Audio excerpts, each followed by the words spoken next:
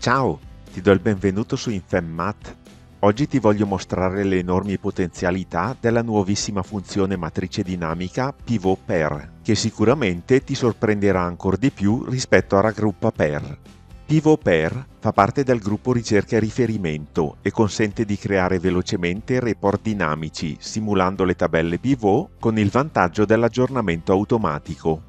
PivotPair può essere considerata l'evoluzione della funzione RaggruppaPair e supporta il raggruppamento lungo due assi, basandosi su più righe e più colonne. Consente di raggruppare, aggregare mediante varie funzioni, ordinare e filtrare i dati in base ai campi specificati. Per comprendere al meglio la sintassi di questa fantastica funzione, procediamo subito con un primo esempio. Iniziamo!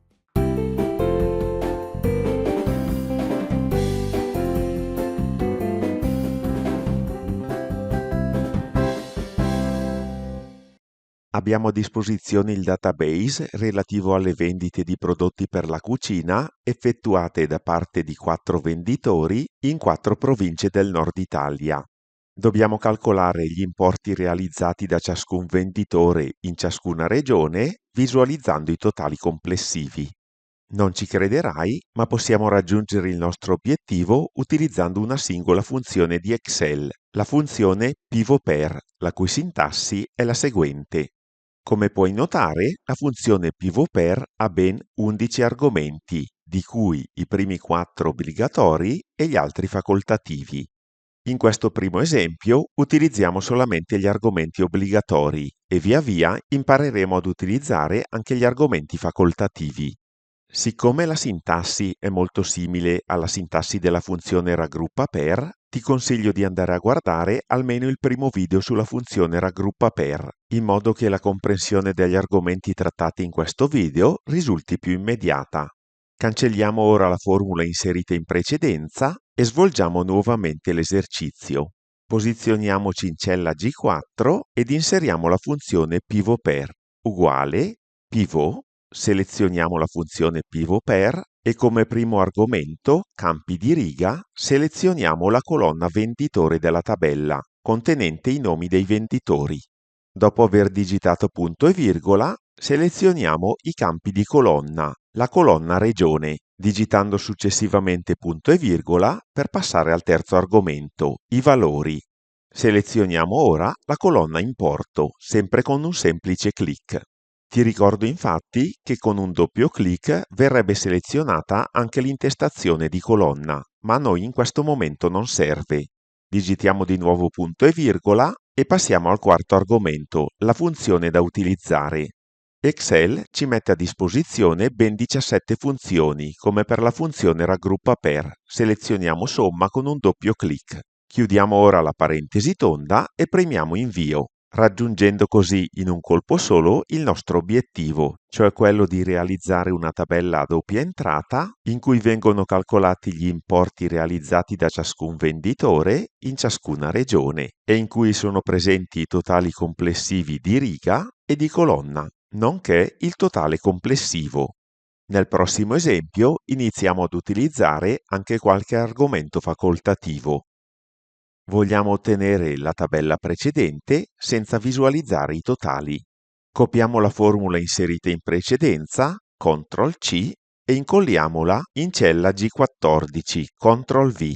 Clicchiamo ora nella barra della formula, qui prima dell'ultima parentesi, e modifichiamo il sesto e l'ottavo argomento. Digitiamo punto e virgola per passare al quinto argomento e ancora punto e virgola per passare al sesto argomento. Come puoi notare qui dallo screen tip, possiamo decidere se visualizzare o meno i totali di riga.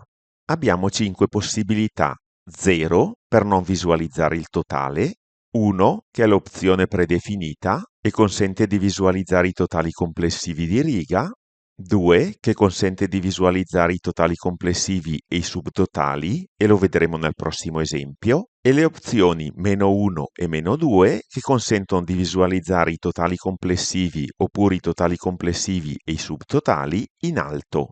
Siccome non vogliamo visualizzare i totali, digitiamo 0 e in questo modo scomparirà l'ultima colonna di questa piccola tabella. Dobbiamo ora far scomparire anche l'ultima riga di questa piccola tabella e dunque digitiamo punto e virgola e di nuovo punto e virgola per passare all'ottavo argomento. Le 5 opzioni sono identiche alle precedenti, digitiamo dunque 0 per non visualizzare la riga dei totali di colonna. Premiamo invio ed otteniamo il risultato desiderato, che in caso di necessità possiamo formattare a nostro piacimento. Passiamo ora ad un nuovo esempio. Ti voglio ora mostrare come puoi ottenere il risultato precedente visualizzando anche le intestazioni. Cancelliamo la formula e inseriamola nuovamente in cella G23, uguale pivot, selezioniamo la funzione pivot per e come primo argomento, campi di riga, selezioniamo con un doppio clic la colonna venditore, in modo da selezionare anche la sua intestazione. Compare infatti la scritta Tutti. Dopo aver digitato punto e virgola, selezioniamo ancora con un doppio clic la colonna Regione e anche qui saranno selezionate le intestazioni e comparirà la scritta Tutti. Punto e virgola per passare al terzo argomento. Selezioniamo con un doppio clic la colonna Importo. Punto e virgola, selezioniamo la funzione somma con un doppio clic e con un punto e virgola passiamo al quinto argomento. L'argomento è intestazioni di campo. Possiamo decidere se non mostrarle, opzione predefinita che corrisponde al valore 0, 1 se sono presenti come nel nostro caso ma non vogliamo mostrarle, 2 se non sono presenti ma vogliamo generarle automaticamente, oppure 3 se sono presenti e vogliamo mostrarle. È questo il nostro caso. Digitiamo 3, chiudiamo la parentesi tonda e premiamo invio, ottenendo così il risultato desiderato. Nel prossimo esempio vediamo come si utilizza il decimo argomento, Filter Array. Dobbiamo scegliere un prodotto dall'elenco e calcolare gli importi realizzati da ciascun venditore in ciascuna regione, visualizzando i totali complessivi per il prodotto scelto. Cancelliamo la funzione inserita in precedenza e in cella G36 inseriamo la funzione pivot per. Scegliamola dall'elenco ed inseriamo i 4 argomenti obbligatori. Come campo di riga la colonna venditore, punto e virgola. Come campo di colonna la colonna regione, punto e virgola. Come valori la colonna importo, punto e virgola. Come funzione la funzione somma e per filtrare i dati in base al prodotto scelto dobbiamo passare al decimo argomento. Perciò digitiamo punto e virgola una serie di volte fino a che arriviamo all'argomento Filter Array. A questo punto selezioniamo la colonna prodotto, digitiamo uguale e selezioniamo la cella H33 contenente il nome del prodotto scelto. A questo punto Excel sommerà i dati presenti nella colonna Importo solamente quando nella colonna Prodotto comparirà il nome del prodotto scelto, nel nostro caso tovaglioli. Chiudiamo la parentesi tonda e premiamo Invio, ottenendo così il risultato desiderato. Cambiando ora il nome del prodotto, possiamo calcolare gli importi realizzati da ciascun venditore in ciascuna regione in un attimo. Nel prossimo esempio vediamo come con la funzione pivot per si possono calcolare anche i subtotali. Dobbiamo calcolare gli importi realizzati da ciascun venditore in ciascuna provincia per ciascun prodotto, visualizzando i subtotali, i totali complessivi sia di riga che di colonna e ordinando la tabella in senso decrescente rispetto alla colonna totale. Ti mostro la formula già operativa. Per ottenere 2 campi riga, il campo venditore ed il campo regione, all'interno del primo argomento della funzione pivot per ho utilizzato la funzione stack oriz e come argomenti all'interno di quest'ultima ho selezionato la colonna venditore e la colonna regione. Come campo di colonna all'interno della funzione pivot per ho selezionato la colonna prodotto, come valori la colonna importo e come funzione la funzione somma.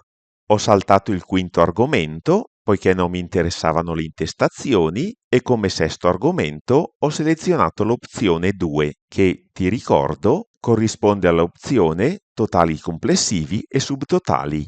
A questo punto avrei potuto chiudere la parentesi e premere invio, ma siccome è stato richiesto anche un ordinamento, ho utilizzato anche il settimo argomento, l'ordinamento per riga. In questo caso ho inserito -3, poiché ho voluto ordinare la tabella in base alla terza colonna. La prima è quella contenente i nomi dei venditori, la seconda è quella contenente i nomi delle regioni e la terza è quella contenente i totali. Se avessi digitato 3, avrebbe ordinato in base ai totali in senso crescente. Inserendo -3, ordina i totali in senso decrescente. Premendo invio, ho ottenuto il risultato desiderato. In questo esercizio, con le tecniche viste nel video sulla funzione raggruppa per, sarebbe opportuno evidenziare le righe dei subtotali e dei totali complessivi utilizzando la formattazione condizionale. Ti ricordo anche che se tu volessi ordinare i dati in base a più criteri, potresti inserire i criteri tra parentesi graffe. Nel prossimo esempio, vediamo come si possano inserire più campi colonna. Ora dobbiamo calcolare gli importi realizzati da ciascun venditore in ciascuna regione e per ciascun prodotto, visualizzando i totali complessivi. Per motivi di spazio, cioè per non avere tabelle troppo estese orizzontalmente, ho utilizzato un nuovo database con 2 venditori, 2 regioni e 2 prodotti. Analizziamo la formula già inserita. Utilizzando la funzione pivot_per come campi di riga ho selezionato la colonna venditore. Siccome i campi di colonna sono 2, utilizzando la funzione stack.oriz ho selezionato le colonne regione e prodotto. Come terzo argomento, l'argomento valori, ho selezionato la colonna importo e come funzione la funzione somma. Premendo invio, come puoi notare, nei campi colonna è presente prima il campo Lombardia con i prodotti relativi, poi il campo Veneto con i prodotti relativi ed infine vengono calcolati i totali complessivi di riga e di colonna. Nel prossimo esempio vediamo come si calcolano i subtotali di colonna e nel prossimo video, un video di approfondimento sulla funzione pivot_per, analizzeremo la gestione delle date e vedremo a cosa serve l'ultimo argomento della funzione pivot_per, l'argomento relative to. Proseguiamo ora con l'esempio sui subtotali di colonna. Dobbiamo calcolare gli importi realizzati da ciascun venditore in ciascuna regione per ciascun prodotto, visualizzando i subtotali di colonna ed i totali complessivi sia di riga che di colonna. Ti mostro la formula già inserita. È identica alla precedente e per inserire i subtotali di colonna ho dovuto digitare tante volte punto e virgola fino ad arrivare all'8° campo. Qui ho inserito il valore 2. Le opzioni sono le stesse viste per i totali di riga. 2 significa totali complessivi e subtotali e in questo caso si riferiscono alle colonne. Digitiamo 2 e premiamo invio, ottenendo così il risultato desiderato. Un'ultima osservazione sugli ordinamenti di colonna. Le colonne, per impostazione predefinita, sono ordinate in senso crescente rispetto alla regione. Se volessi un altro ordinamento, dovrei intervenire nel nono argomento della funzione pivot_per inserendo il valore -1. 1 è riferito al primo campo di colonna, il campo regione. Il meno significa ordinamento decrescente. Premendo invio possiamo visualizzare a sinistra i dati relativi al Veneto e a destra i dati relativi alla Lombardia. Se avessimo inserito -2, i dati sarebbero stati ordinati in base al secondo campo colonna, il campo prodotto, e dunque, siccome ho detto -2, il meno significa ordinamento decrescente e avrei avuto a sinistra l'intestazione posate e a destra l'intestazione bicchieri. Se sei interessato agli ordinamenti multipli, ti consiglio di guardare il video sulla funzione raggruppa per, in cui ho trattato le varie casistiche. Nel prossimo video, come già detto, approfondiremo il discorso sulle date e analizzeremo l'utilizzo dell'ultimo argomento della funzione pivot_per, l'argomento relative to. Per oggi è tutto. Io ti ringrazio per aver seguito il video fino alla fine, ti invito a lasciare un like se ti è piaciuto, a commentare e a condividerlo con gli amici e naturalmente a farmi domande se qualcosa non ti è chiaro. Se non l'hai già fatto, ti invito a considerare l'opportunità di iscriverti al canale in modo da rimanere sempre aggiornato sulle mie nuove pubblicazioni. Ti aspetto nel prossimo video. Ciao!